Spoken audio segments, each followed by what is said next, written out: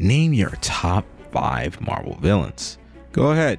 Oh wait, you said Dr. Doom, didn't you? Of course you did. Everybody does. He's my favorite villain. Dr. Doom has the armor, the castle, and the arrogance to go on top. The man literally became a god during the Secret Wars event and rebuilt reality with his bare hands. And that is a flex. So I'm not here to disrespect Dr. Doom. He's earned his spot. But I'm here to tell you something that might ruin that top 5 list. There is possibly a better villain. He used to be an X-Men. I lie because the truth is we're nothing like you. Thank God, because it's the only reason you people are still alive.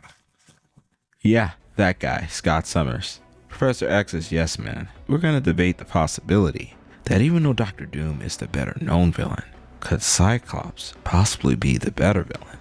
I'm Kai the comic guy, and it's time for a deep dive. The why. Every great villain needs a why. A reason for you to understand them, even if you don't necessarily agree with them, right? So I think it's a good idea if we start there. Dr. Doom's motivation at its core is pretty much ego wrapped in destiny. He genuinely believes he's the only person capable of saving humanity. And look, like, in all fairness, there's versions of that story that are kind of compelling. I mean, the guy's a genius. He's seen the future. He might even be right. His path is paved with narcissism. He doesn't want to save the world because he loves people. He wants to save the world because he needs to be the one who does it. It's always about him. Now, Scott Summers just didn't wake up one morning and decide to be a villain. He was pushed into this role. After M-Day, and if you aren't familiar, this is the event where the Scarlet Witch uttered, "No more mutants," which resulted in over 90% of the population being depowered. The mutant population dropped all the way down to 198. 198 people. The entire species was dying. And guess what? The world didn't care. The Avengers didn't care. And the government did the most helpful thing ever. Guess what? It built Sentinels. Because nothing says we understand you like building Sentinels. Because they're so nice to mutants. We need to make some core differences, guys. Dr. Doom is what I'd call a great man's villain. He fights for his own glory, his own vision, and he wants his place in history. Whereas Cyclops, he's a systematic villain. Or he can be viewed as a tragic hero whom the world has now viewed and labeled a villain.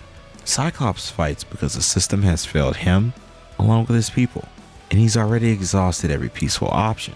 And when you think about that, Dr. Doom is the villain you admire, but Cyclops is possibly the villain you understand. And that, well, that's far more dangerous.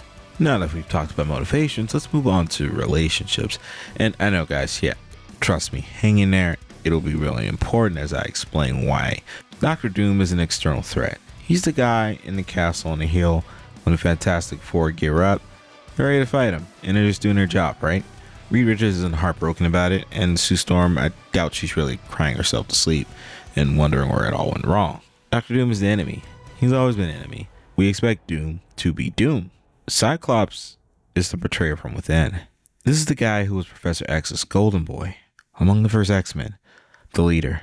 And you know what? Everyone trusted him. He carried their dreams. He carried them forward.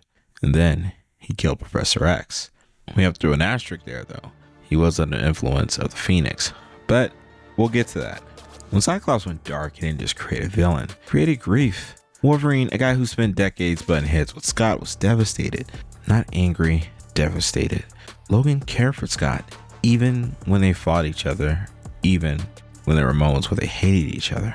Captain America wasn't just fighting an enemy. He was fighting a friend that was falling apart. But killing Xavier wasn't where it started. That's just the headline. The real story is everything Cyclops sacrificed on the way there, and the people he sacrificed along with it. Let's talk about the X-Force. After M-Day, Cyclops looked at the state of mutants and pretty much said, Xavier's rules aren't really working anymore. So he went to Wolverine and said, well, I need a kill squad. A black op team that would do the things that the X-Men couldn't be seen doing. And boys and girls. That includes assassinations, preemptive strikes, you know the works.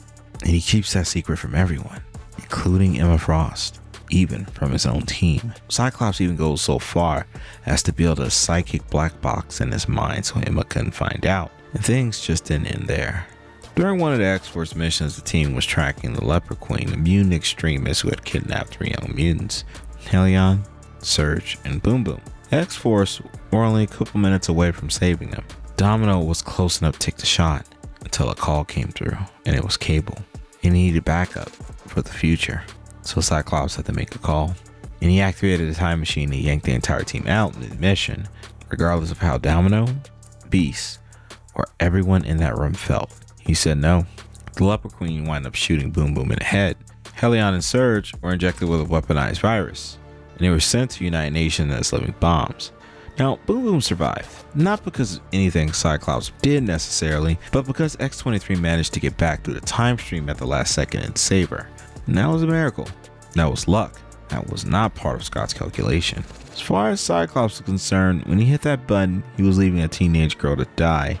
He weighed one life against the future of the mutant race, and he chose that future. If X-23 didn't make it back, Boom Boom would be dead. And you know what? Cyclops would have to live with that. That's the kind of calls he was making. Not in a throne room, not hiding behind some mask, but from a chair in a basement looking at a screen, choosing who lives and who dies. The tragic hero made that call. Moving along. Now, when we look at what happened with Nightcrawler, also known as Kurt Wagner, one of the most beloved X-Men of all time, he died protecting Hope Summers during the Second Coming, a mission Cyclops, of course, orchestrated. Cyclops didn't mourn in a way that a typical friend would. He mourned as a general who just lost his soldier. He felt it, but he kept going because the mission was bigger than any one person. And then came the moment the X-Men had to split in half. During the events, the Hellfire Club attacked a museum full of mutants, and Cyclops' heavy hitters were down for the count. The only person close enough to stop them was Oya, a teenage girl, and Cyclops was willing to give the order. He told the child to kill, and Wolverine lost it. Screamed at him, and you know what? Cyclops didn't even flinch, because in his mind, those were the only options. A child kills, or everyone dies. In that moment, that single order caused the X-Men to split, right down the middle. Wolverine left and started his own school, and he took half the team along with him. Cyclops lost his family, his friends, his legacy, and he did it because he believed the math checked out. And once again, he might have been right. Now I'm going to ask you a question. Dr. Doom, has he ever had to choose between his people and his soul? The thing is, Dr. Doom really doesn't love anyone enough for it to cost him anything. He traded the woman he loved for a power-up. Though, if you look at the One World Under Doom storyline, there might be a certain someone he's willing to throw it all away for. But still, that's just one person. Cyclops genuinely loves his people. He's trained with them. He's bled with them. And he had to send them to die. He had to order them to kill because he believed the survival of his species demanded it. Excluding possibly Valeria Richards, there is no equivalent in Doom's world. Nobody grieves him. Nobody cares enough to remember him. In fact, most of the heroes just simply fight him. Cyclops they would grieve, and a villain who makes heroes grieve is fundamentally more compelling than one that makes them suit up. And when we think about it in real world terms, Doom is the enemy that you rally against. Cyclops is your best friend who gets radicalized, and you don't know how to save him. So I ask you, which one of the two would keep you up at night? We all know who Thanos' answer would be. What about yours? The crazy part is, guys, this is only half the argument. The most dangerous thing about Cyclops isn't that he hurts the people who loves him. It's that he might have been right to do it. And what I'm about to show you is why Marvel literally had to admit it. Scott, I came here today to give the X-Men a chance to show the world that mutants are just like us. People. Normal. And you lie. Why lie? Because you're normal. Excuse me? I said because you're normal. You're ungrateful. Now let's talk about archetypes for a second, because, well, it matters. Doom is a self-proclaimed god. That is his archetype. He tells you he's the greatest. You don't have to guess it. He demands worship. He builds momentum to himself. And sure, Doom War had its philosophical moments, right? In some alternative future, Dr. Doom has ruled, and it led to a better world. But his core worldview is, I alone deserve to rule. And that's not something most people can connect with. Unless you're a narcissist, of course. You can admire Doom in a way that you admire Hurricane. Not everybody can see themselves as him. Cyclops is something far more dangerous. He's a tragic hero. Someone the world decided to rebrand as a villain. And that distinction is everything. Doom chose to be above humanity. Cyclops was pushed out of it. One is mythology, the other is a mirror. And to understand why that mirror is so powerful, you've got to understand the relationship between Cyclops and Xavier. Because Cyclops' villainy doesn't just start with the Phoenix. It started with a broken promise. Charles Xavier sold the X-Men a dream. Coexistence that worked within a system. Go ahead, prove you're not a threat, and turn the other cheek. And Scott Summers, well, more than anyone, he wanted to believe in that dream. He built his entire identity around it. He was a good soldier. But here's what happened. The dream, well, it failed. And not because Cyclops gave it up, but because the world did. M-Day reduced the mutants to 198. And nobody declared a state of emergency. The government literally built machines to kill them. And the Avengers had time to fight each other during the Civil War, but couldn't show up for a mutant genocide. Xavier's pacifism didn't just fall short, it left his people defenseless. And if that sounds familiar, well, it should, because history is full of these exact moments. Remember, Nelson Mandela spent 27 years in prison for believing in a peaceful resistance. And when he came out, he didn't abandon peace, but he understood that the ANC's armed wing had been necessary to force the conversation. Malcolm X looked at the nonviolent movement and asked the question that still reverberates. What do you do when the system you're appealing to is the same system that is killing you? Polite requests don't always work. Cyclops lived in that exact space. See, Xavier is an idealist. Magneto is an extremist. And Cyclops is the guy who stood between them his entire life.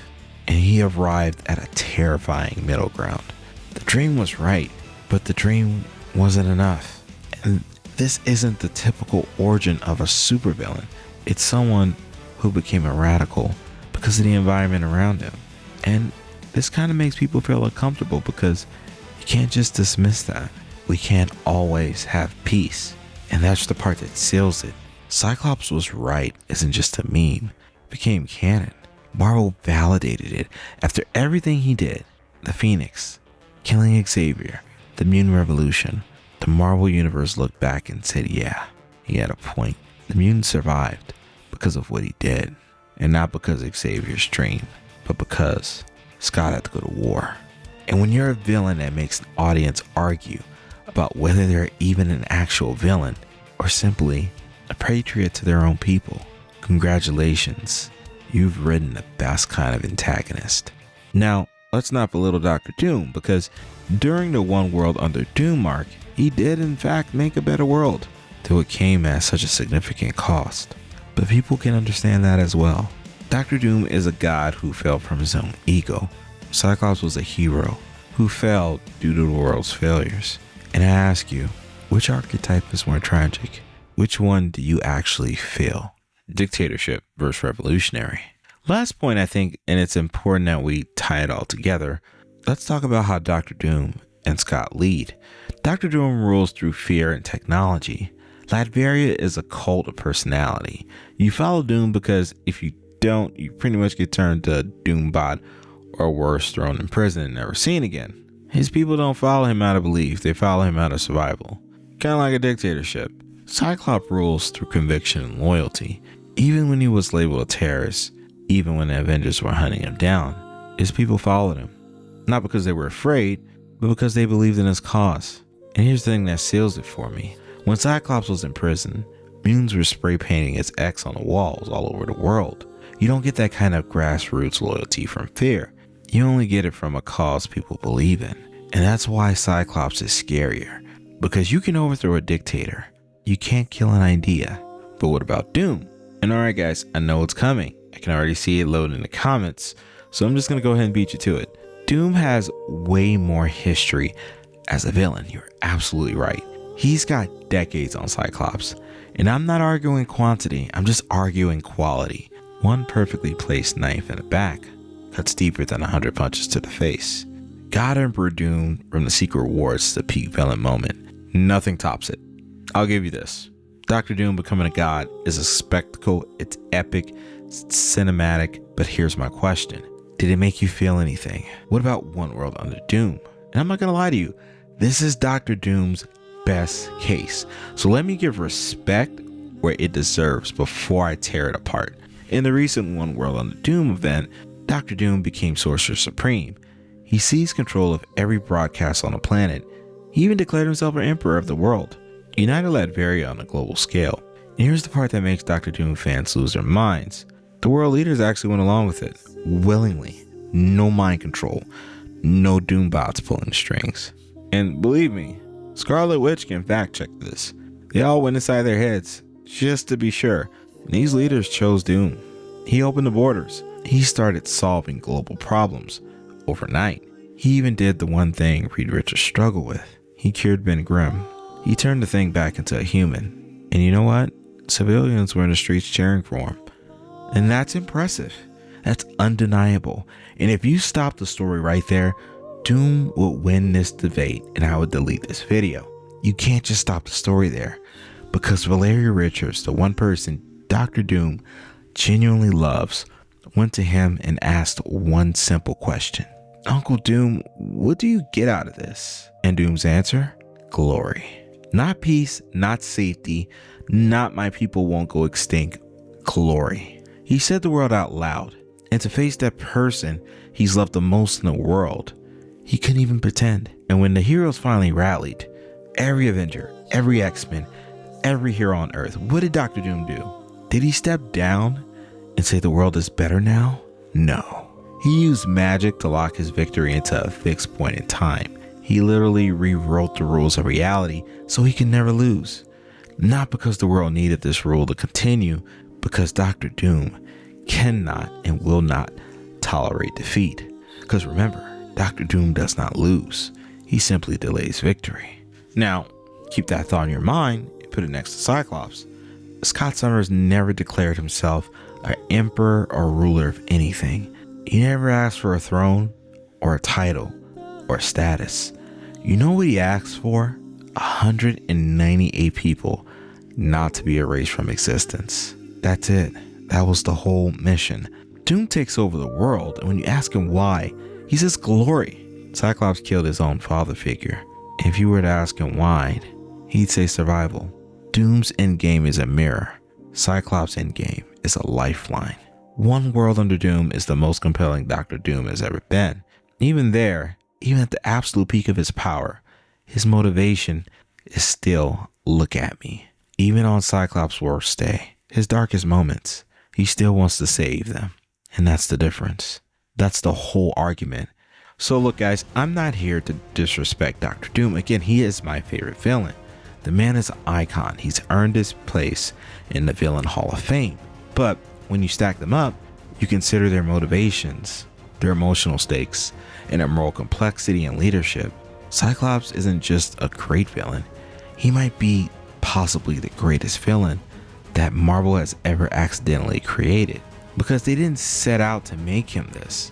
They set out to make him a hero, and the fact that the story naturally pushed him into being portrayed as a villain, that's better writing than any Dr. Doom storyline has ever produced. Dr. Doom wants to rule the world. Cyclops wants to save his people. Which one keeps you up at night? Dr. Doom is a better known villain, but is it possible that Cyclops is the better villain? So guys, I hope you felt my argument was compelling, and I want to ask you, are you Team Doom or Team Cyclops? Let me know why. Don't forget to like and subscribe guys. I appreciate your support. Keep your feet on the ground and your eyes on the stars.